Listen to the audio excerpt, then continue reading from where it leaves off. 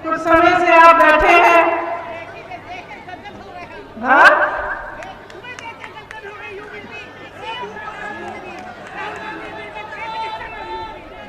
आपने खूब भाषण सुने होंगे, आज शायरी भी सुनी। मैंने सोचा मैं कुछ बातें करूं आपसे।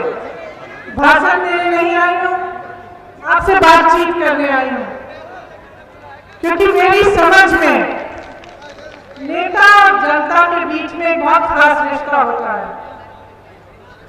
आप हमें बनाते हैं, हम मंच पे खड़े होते हैं तो खड़े करने वाले आप हैं। आपके और हमारे बीच में भरोसे का रिश्ता होता है।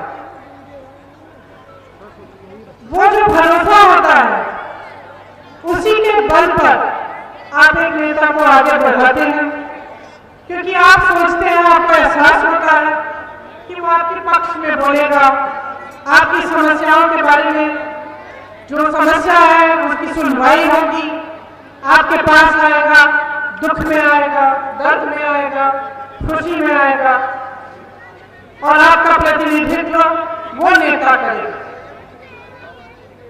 तो कभी कभी मन में आता है कि आज के प्रधानमंत्री जी नरेंद्र मोदी जी को दो बार जनता ने क्यों जिताया।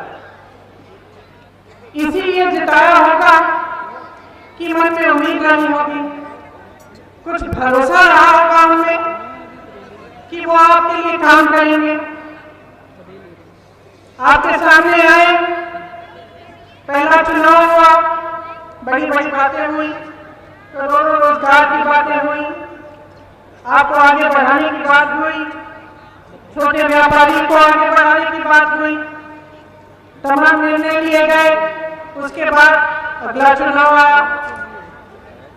अगले चुनाव में जहां जहां गए, मोदी जी ने किसानों की बात की,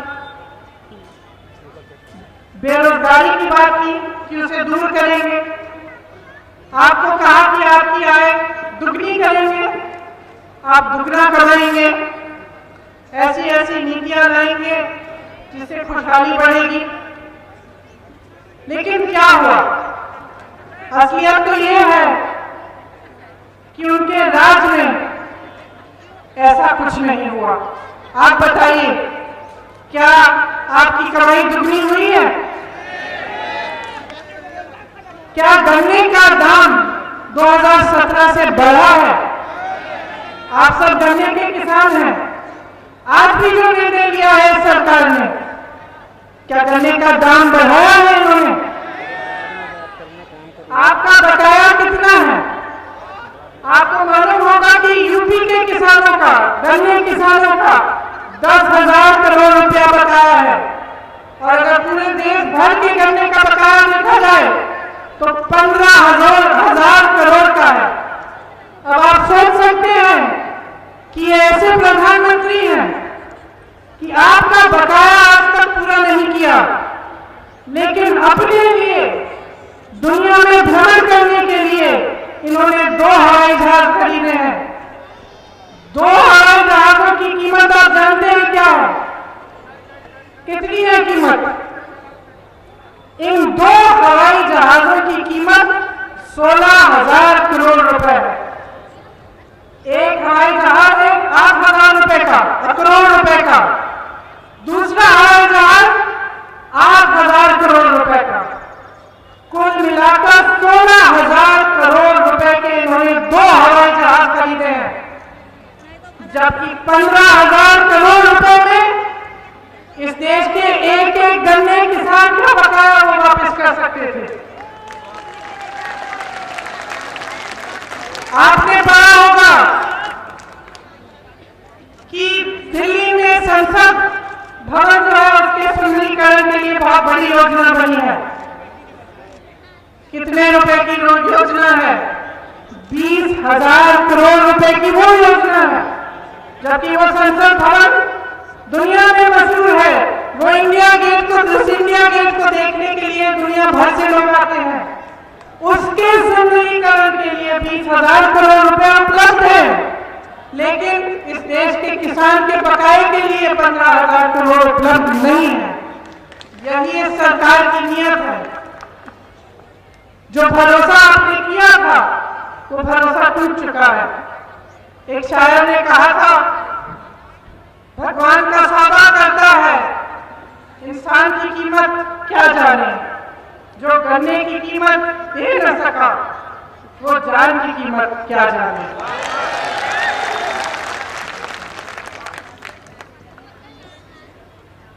अब जैसे कि आपके ऊपर काफी संकट नहीं थे, इस सरकार ने 3 नए कानून जारी किए हैं।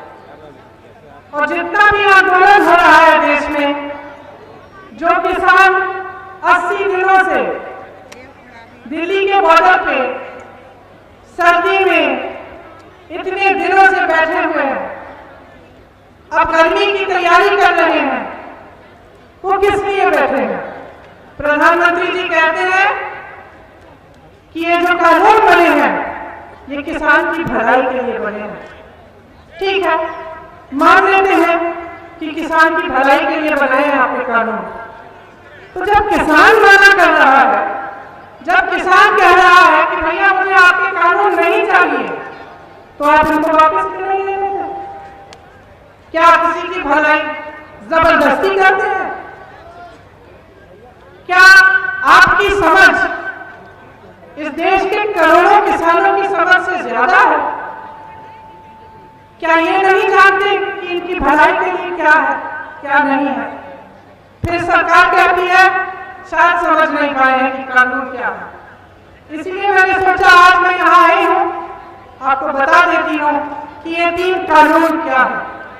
देखिए, 1955 में पंडित जवाहरलाल नेहरू ने जमाखोरी के खिलाफ कानून बनाया, क्योंकि जमाखोरी के चलते किसान पिस रहा। आज जो पहला कानून बना है उससे इस सरकार ने जमाखोरी करने की पूरी अनुमति दे दी है। इस कानून के जरिए बड़े बड़े खरबपति, बड़े बड़े उद्योगपति कितना भी आपसे सामान खरीद सकते हैं और कितना भी सामान जमा कर सकते हैं। कोई रोक नहीं है, कोई पाबंदी नहीं है। इसका मतलब ये है कि उनकी पूरी तरह से मनमर्जी चलेगी। जब वो जमा करना चाहेंगे करेंगे, जब वो आपको कहना चाहेंगे कि अब आप खरीद नहीं सकते तो कहेंगे, जब आपको कहना चाहेंगे आप ये दाम नहीं मिलेगा, आज हम आपको कम दाम देंगे, तो वो भी कर सकते हैं। तो ये जो पहला कानून है, इससे जमाखोरी बढ़ेगी और पूरी तरह से सरकार ने बड़े बड़े उद्योगपतियों को जमाखोरी करने की अनुमति। दूसरा कानून ये है कि जिसको प्राइवेट मंडी खोलनी है वो खोल सकता है और बड़े बड़े खरबपतियों की बड़ी बड़ी मंडियां खुलेंगी। तो शुरू में से मैं तो ऐसा लगेगा कि बहुत अच्छा है, अच्छी अच्छी मंडियां लगा रहे हैं, बना रहे हैं लोग, लेकिन इसमें क्या कहा है सरकार ने कि जो सरकारी मंडी है उसमें आपसे टैक्स लिया जाएगा और जो प्राइवेट मंडी है उसमें आपसे टैक्स नहीं लिया जाएगा। इससे क्या होगा?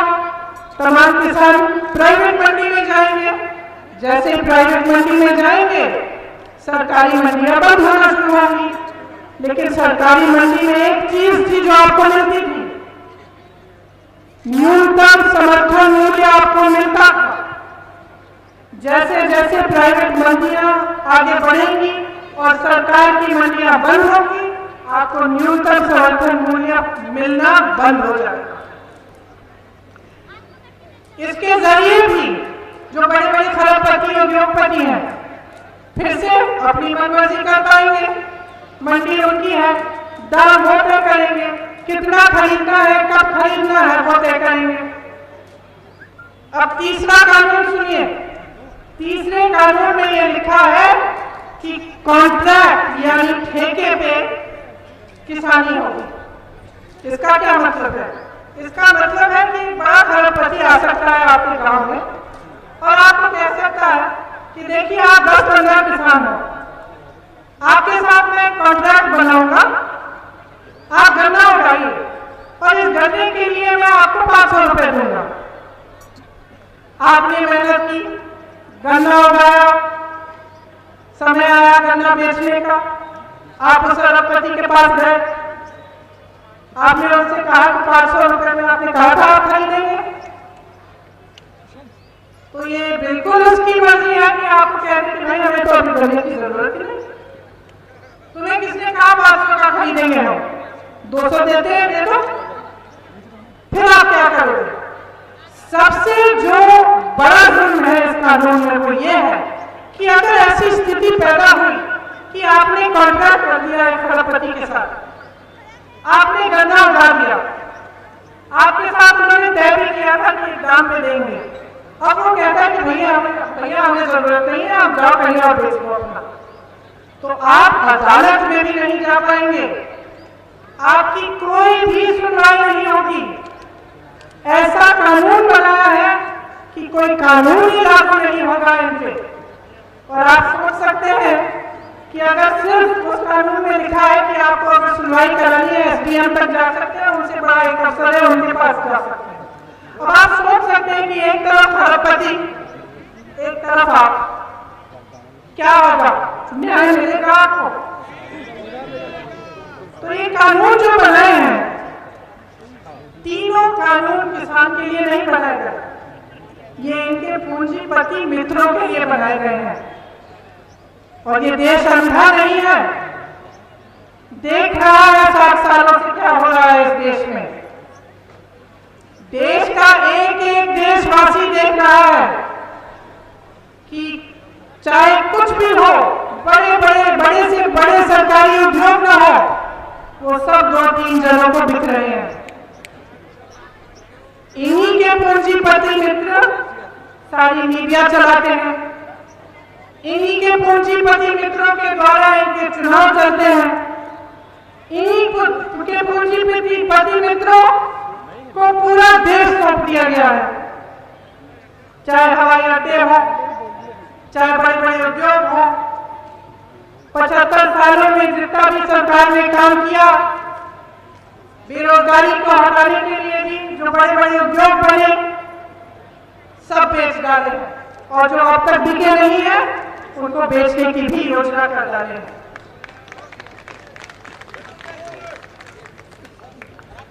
तो आप सोच सकते हैं कि ऐसी सरकार आपके लिए क्या करेगी। और अगर अभी भी आपको इनसे उम्मीद है तो जरा गहराई से सोचिए कि आपके लिए कुछ करने नहीं वाले हैं। आज भी जब लाखों किसान इनके दरवाजे पे खड़े हैं, तो वही प्रधानमंत्री जो अमेरिका जा सकते हैं, ट्रंप साहब के चुनाव में उनके लिए बोल सकते हैं, सभा कर सकते हैं, जो चीन जा सकते हैं, जो पाकिस्तान जा सकते हैं, कोई ऐसा देश नहीं है जो उन्होंने छोड़ा। सबने देखा, सबने टीवी पे देखा, कभी कहीं उनका स्वागत हो रहा है, कभी कहीं। और बताइए, अपने घर से 2-3 किलोमीटर दूर 3 लाख किसानों से जो वहां पे धरना मार रहे हैं, जो सिर्फ आपसे ये मांग कर रहे हैं कि प्रधानमंत्री जी हमसे आकर बात करिए, हमारी बात सुनिए। आप 2-3 किलोमीटर अपने घर से दूर उनके पास नहीं जा पाए, आप दुनिया घूम सके, बड़े बड़े हवाई जहाज खरीद लिए अपने लिए आपने, लेकिन आप उन किसानों की सुनवाई करने के लिए नहीं जा पाए। उल्टा क्या किया आपने? संसद में खड़े होकर मजाक उड़ाया। उन्हीं किसानों को आपने एक नया नाम दिया, आंदोलनजीवी, परिजीवी। परिजीवी होता क्या है आप सब जानते हैं, सब किसान। आपका अपमान किया भरे संसद में, हंसते हुए आपका अपमान किया।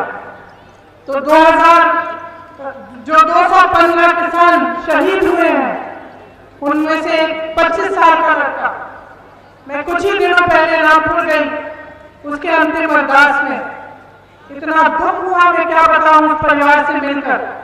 एक 25 साल का बच्चा, उस परिवार को लगता है कि उसे गोली मार दी गई, वह शहीद हुआ। उसकी मां मेरे पास बैठी थी, पूरे समय कुछ बोली नहीं, आंखों में आंसू थे, और आप संसद में खड़े होकर मजाक उड़ा रहे हैं, आप परिजीवी कह रहे हैं, आपके मंत्री देशद्रोही कह रहे हैं। इसका मतलब है आप पहचान नहीं पाए, मोदी जी पहचान नहीं पाए कि देशभक्त और देशद्रोह में फर्क क्या है।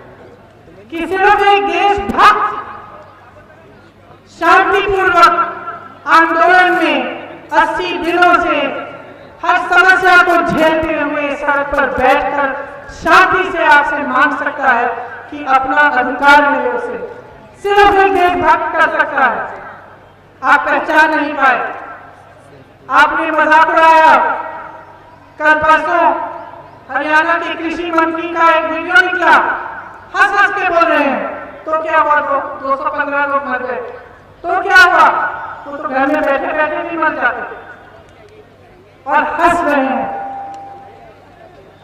देखिए, मैं शहीद के परिवार की बेटी हूं। शहादत बहुत बड़ी चीज होती है। शहादत को झेलने वाला जो शहीद है वो नहीं होता, उसका परिवार होता है। उस दुख को दिल में रखता है जीवन भर। उसका मजाक उड़ाने का किसी का अधिकार नहीं है, चाहे वो मंत्री हो, चाहे वो इस देश का प्रधानमंत्री हो, चाहे कोई भी हो। जो अपने अधिकार के लिए शहीद हुआ है वो पाक होता है, और उस पर उंगली उठाने का किसी को अधिकार नहीं है। और मैं फिर से दोहराऊंगी कि जो किसान आपके दरवाजे पे खड़ा है, नरेंद्र मोदी जी, जो किसान आपके दरवाजे पे खड़ा है, उसका बेटा आपकी सीमा पे खड़ा है।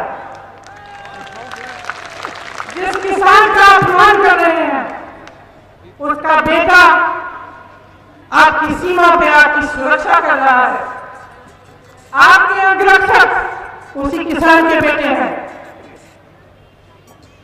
अपमान करने का कोई हक नहीं है आपको। और मैं ये कहना चाहती हूं कि ये जो कानून बन रहे हैं, जिससे इस देश का किसान,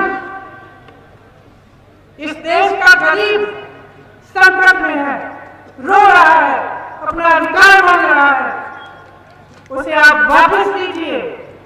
इन कानूनों को रद्द कीजिए। जिन्होंने आपको सत्ता दी है उनका आदर कीजिए। जिन्होंने आपको सत्ता दी है उनको अपमानित मत कीजिए। देखिए, जिसको सत्ता मिल जाती है, दो तरह के नेता होते हैं। कुछ ऐसे नेता होते हैं जिनको बहुत अहंकार हो जाता है, वो भूल जाते हैं कि सत्ता देने वाला कौन है। इस देश के इतिहास में बार बार हुआ है कि ऐसा नेता जब अहंकार में आ जाता है तो देशवासी उसको सबक सिखाते हैं।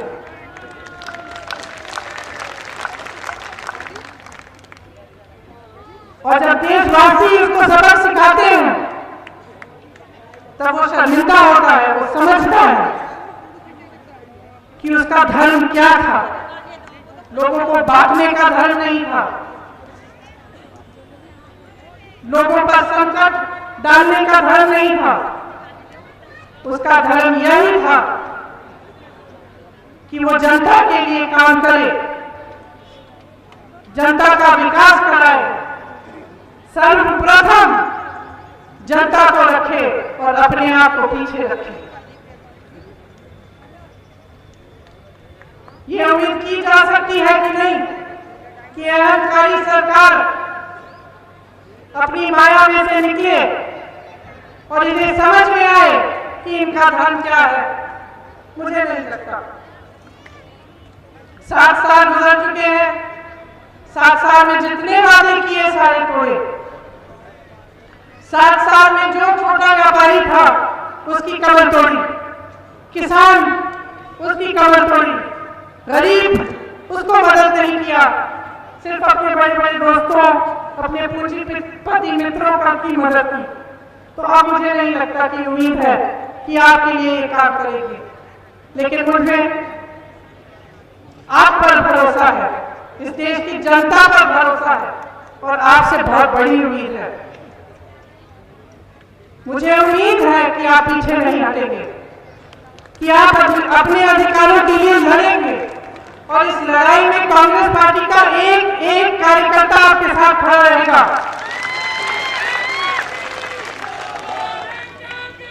इस लड़ाई में हम आपके साथ हैं।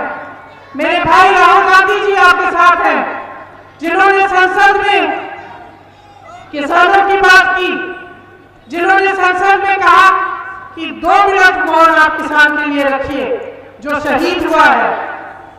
और जितने भी सरकारी नेता थे, जो सरकार के नेता थे, सब अपनी जगह बैठे रहे, मजाक उड़ाते रहे, लेकिन विपक्ष का एक एक सांसद खड़ा हुआ और 2 मिनट का मौन उन्होंने रखा।